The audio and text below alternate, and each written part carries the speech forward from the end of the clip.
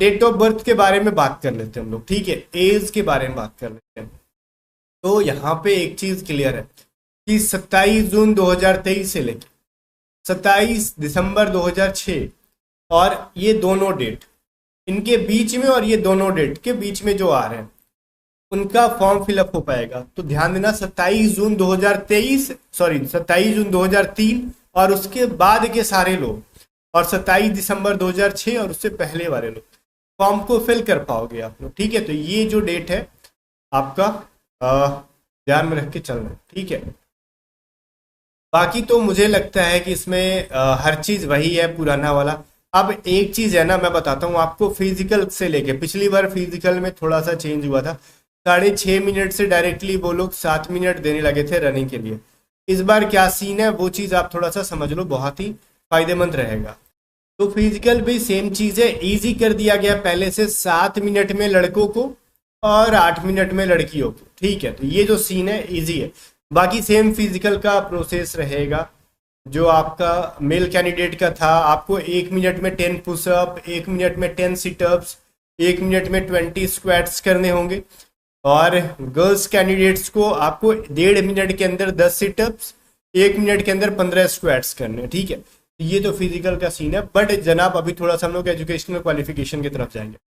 अब सवाल आता है वाई ग्रुप से कौन कौन फिल कर पाएंगे। वाई ग्रुप से 12th पास कोई भी बच्चा फॉर्म फिल कर पाएगा, चाहे आप साइंस से हो, चाहे आप कॉमर्स से हो, चाहे आप आर्ट्स से हो। बट सुनो, एक चीज है, एक चीज वो है ना कि वो वाई ग्रुप को अदर देन साइंस कहा जाता है। तो फॉर्म फिलअप करते टाइम ध्यान रखना आपके 12th में 50% मार्क्स होने चाहिए, चाहे आप साइंस से हो, आर्ट्स से हो, कॉमर्स से हो।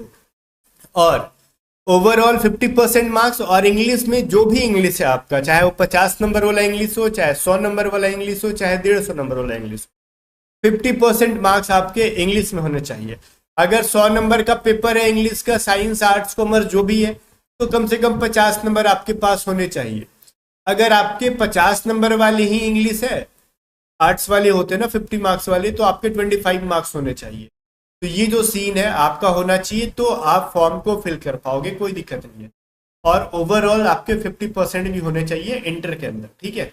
अब एक्स ग्रुप के बारे में बात कर ले, जिसको हम लोग साइंस सब्जेक्ट कहते हैं। फॉर्म फिलअप के टाइम पे ध्यान देना, अगर कोई साइंस सब्जेक्ट आपका दे रहा है रिसिप्ट के ऊपर, तो समझ लेना उसने एक्स से फिल कर दिया है। अगर अदर देन साइंस कहा होगा तो वाई से, both science and other than science होगा तो आपने एक्स एंड वाई दोनों से फिल करा होगा।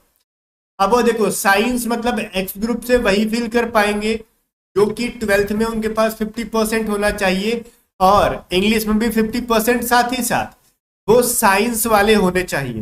पहली बात तो उनके पास मैथमेटिक्स होना चाहिए, फिजिक्स होना चाहिए, इंग्लिश में होना चाहिए। अब साइंस में भी कुछ लोग बायो ले लेते हैं, तो बायो वाले फिल नहीं कर पाएंगे, ठीक है, एक्स ग्रुप का। हाँ, अगर मैथमेटिक्स भी है तो आप फिल कर पाओगे, बायो के साथ साथ मैथमेटिक्स भी है आपका 12th में, तो आप फिल कर पाओगे, ठीक है। तो ये जो सीन है थोड़ा सा आपको ध्यान में रखना होगा, ये क्वालिफिकेशन बहुत मैटर करता है, ठीक है। अब थोड़ी बहुत सारी गर्ल्स एंड बॉयज होंगे जिनको हाइट को लेके प्रॉब्लम आता है कि सर हाइट के बारे में बताओ। देखो, ओवरऑल कहीं के भी हो, अगर आप मेल हो, अगर 152.5 सेंटीमीटर 152.5 सेंटीमीटर के हो, जो कि एक नॉर्मल हाइट है, सबका होता ही होगा, रेयर लोगों का इससे कम होता है, तो आप फॉर्म फिल कर पाओगे। अगर आप कैंडिडेट हो गर्ल, ठीक है, तो आपके मिनिमम 152 cms होने चाहिए, मतलब 0.5 का है यहाँ मेल एंड फीमेल का। बॉयज 152.5, गर्ल्स 152 cms, ठीक है। तो बहुत ही मिनिमम रखा गया है। फिर भी अगर उसमें से गर्ल्स कोई ऐसी हैं जो कि हिली रीजन से है, जैसे उत्तराखंड, ये तो वो सभी 147 अगर है, अगर हाइट आपकी, तो आप एक्सेप्टेबल हो। या फिर नॉर्थ ईस्ट से हो आप, तो भी आपका 147 अगर हाइट है तो एक्सेप्टेबल है, ठीक है। और अगर आप लक्षद्वीप से हो तो फिर आपका 150 cms होगा तो चलेगा। लक्षद्वीप वालों को 150 cms मांगा गया, ठीक है। और हिली रीजन से जो है आपको 147, but generally UP, Bihar, Rajasthan, Haryana जैसे स्टेट, महाराष्ट्र, कर्नाटका, तमिलनाडु, या फिर ओवरऑल इंडिया के बारे में बात कर रहे हैं, अगर हम हिली स्टेट को छोड़ दें तो आपको 152 cms गर्ल्स की चाहिए और मेल की 152.5 चाहिए, ठीक है। अब देखो एक चीज है, चेस्ट का जो रिक्वायरमेंट है 5 cms होना चाहिए, तो ठीक है वो 5 cms एक्सपैंड करना चाहिए। अब आपकी चेस्ट की कोई लिमिट नहीं है, 80 होगा 78 होगा वो लिमिट नहीं, बस 5 cms आपका एक्सपेंड करना चाहिए, ठीक है। तो खैर ये सभी चीजें जो है वो है। अब जो लोग फर्स्ट टाइम आ रहे हैं उनके हम सिलेबस के बारे में बात कर ले रहे हैं। सिलेबस में क्या होगा, तो देखो गाइस सिलेबस एक सिंपल सा इसका है, सिलेबस बहुत ज़्यादा डिफिकल्ट नहीं है। सिलेबस जो है वाई ग्रुप का हो चाहे एक्स ग्रुप का हो बहुत ही लिमिटेड है, जो कि आपको नोटिफिकेशन में भी गिवन है, ठीक है। अगर हम बात कर लेते हैं पहले साइंस सब्जेक्ट का, तो ऑनलाइन एग्जाम होता है चाहे आप एक्स के हो चाहे वाई के, तो साइंस का मतलब होता है एक्स ग्रुप। तो आपको 60 मिनट्स के पेपर होंगे जिसमें आपके फिजिक्स होंगे, मैथमेटिक्स होंगे और इंग्लिश होंगे। सबके लिए आपको 20-20 मिनट दिया जाता है, ठीक है। मैथमेटिक्स के लिए 20 मिनट, फिजिक्स के लिए 20 मिनट और आपके इंग्लिश के लिए 20 मिनट। तो एक चीज़ और ध्यान देना होगा, ये 20-20 मिनट कुछ इस तरीके से दिए जाते हैं, अगर आपके मैथ के 20 मिनट कंप्लीट हो गए तो वो मैथ खत्म हो जाएगा, फिर दोबारा मैथ नहीं दिखेगा। फिजिक्स के 20 मिनट खत्म हो गए तो फिर दोबारा फिजिक्स नहीं देख पाओगे। इंग्लिश के 20 मिनट खत्म हो गए तो फिर आप दोबारा इंग्लिश नहीं देख पाओगे, ठीक है। तो ये जो सीन है थोड़ा सा आपको समझ में आना चाहिए, ठीक है। 25 फिजिक्स मैथ होता है और इंग्लिश होता है 20 होता है, कुछ इस तरीके से रहा आपका। वहीं पे अदर देन साइंस के लिए टोटल 45 मिनट दिए जाते हैं, क्योंकि इसके अंदर इंग्लिश और रागा होता है। इंग्लिश भी आपका होता है 20 मिनट के 20 क्वेश्चन, बाकी के जो 25 मिनट हुए आपको 30 रागा के क्वेश्चंस के लिए दिए जाते हैं। रागा के अंदर एक चीज जो बच्चों को नहीं पता होता है, वो सोचते हैं रागा का मतलब रीजनिंग और जीके, ऐसा नहीं है। इन्होंने लिखा है reasoning and general awareness, but ऐसा होता नहीं है। इसके अंदर रीजनिंग जनरल अवेयरनेस के साथ साथ मैथमेटिक्स भी दिए जाते हैं। तो आपको मैथ भी पढ़ना है। मैथ कौन, जनरल कंपटीशन वाले वाई ग्रुप के लिए, और साइंस मतलब एक्स ग्रुप का मैथ कौन, वो होता है 12th लेवल का। फिजिक्स कौन, 12th लेवल का। लेकिन जो वाई ग्रुप का अदर देन साइंस का हुआ वो मैथ होता है आपका ये जनरल कंपटीशन वाले, जो हमारे कोर्सेज में वाई ग्रुप में कंप्लीट चीजें पढ़ाई जाएंगी, जीके, मैथ, रीजनिंग, इंग्लिश वगैरह सब कुछ, वोकैबुलरी वगैरह सब कुछ दी जाएगी, ठीक है। जो कि A to Z study app पे होता है। ऐप का लिंक मैं आपको डिस्क्रिप्शन दे दूंगा।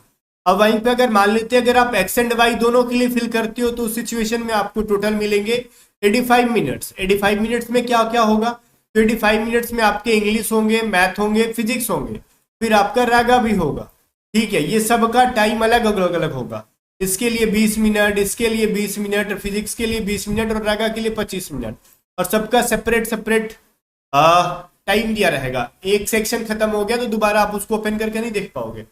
यहाँ पे नेगेटिव मार्किंग भी होता है 0.25 का, पता होगा आपको। अगर आपने एक क्वेश्चन गलत कर दिया तो आपके सही नंबर्स में से भी, मार्क्स में से भी 0.25 मार्क्स कटेंगे। कहने का मतलब आपने 4 क्वेश्चन गलत कर दिया, तो अगर आपने 10 स्कोर कर रखा है तो 1 मार्क्स सही में से भी कट के 9 नंबर ही मिलता है। और ये कोई बड़ी बात नहीं है, हर एग्जाम में हो रहा है आजकल। ये एसएससी वगैरह शुरू से पूछता है, ये सभी चीजों को फॉलो करता है। तो इसमें बहुत ज्यादा शॉक होने वाली चीज नहीं है कि निगेटिव मार्किंग है। कोस्ट गार्ड को छोड़ दे तो ऑलमोस्ट इधर सारे एग्जाम्स में निगेटिव मार्किंग है ही, डिफेंस में, ठीक है ना। तो इस चीज के लिए आप रेडी रहे। एयरफोर्स तो खैर शुरू से नेगेटिव मार्किंग नहीं था। स्टार्टिंग में जब ऑनलाइन हुआ था उस टाइम नेगेटिव मार्किंग नहीं था, बट बाद में इसको नेगेटिव मार्किंग किया। जब से आपकी उम्र हुई है तब से नेगेटिव मार्किंग है, ठीक है। तो ये जो सीन है, ठीक है, चलो हो गया। अब तो देखो जनाब, आपको फिल करना होगा, जब करना होगा agnipathvayu.cdac.in। ये आपका स्टेज 1 का मैंने सिलेबस बता दिया। स्टेज 1 मतलब ऑनलाइन एग्जाम। फिर फेज 2 में आप जाते हो तो फेज 2 में आपको क्या करना होता है वो तो बाद की चीज है। रनिंग और group discussion X and Y दोनों का होता है, ठीक है। तो इसके ऊपर जब आप फॉर्म फिल कर लोगे, स्टेज 1 क्लियर कर लोगे, तब हम बात करने वाले हैं। तब तक के लिए जय हिंद। जाने से पहले फिर से याद दिला दो, आप जाओ वाई ग्रुप की कंप्लीट क्लासेस बाई करके पढ़ना शुरू कर दो, बिकॉज नोटिफिकेशन आने के बाद इसकी प्राइसेस बढ़ा दी जाएंगी, 600 से ज्यादा हो जाएगा, ठीक है। जैसे कोस्ट गार्ड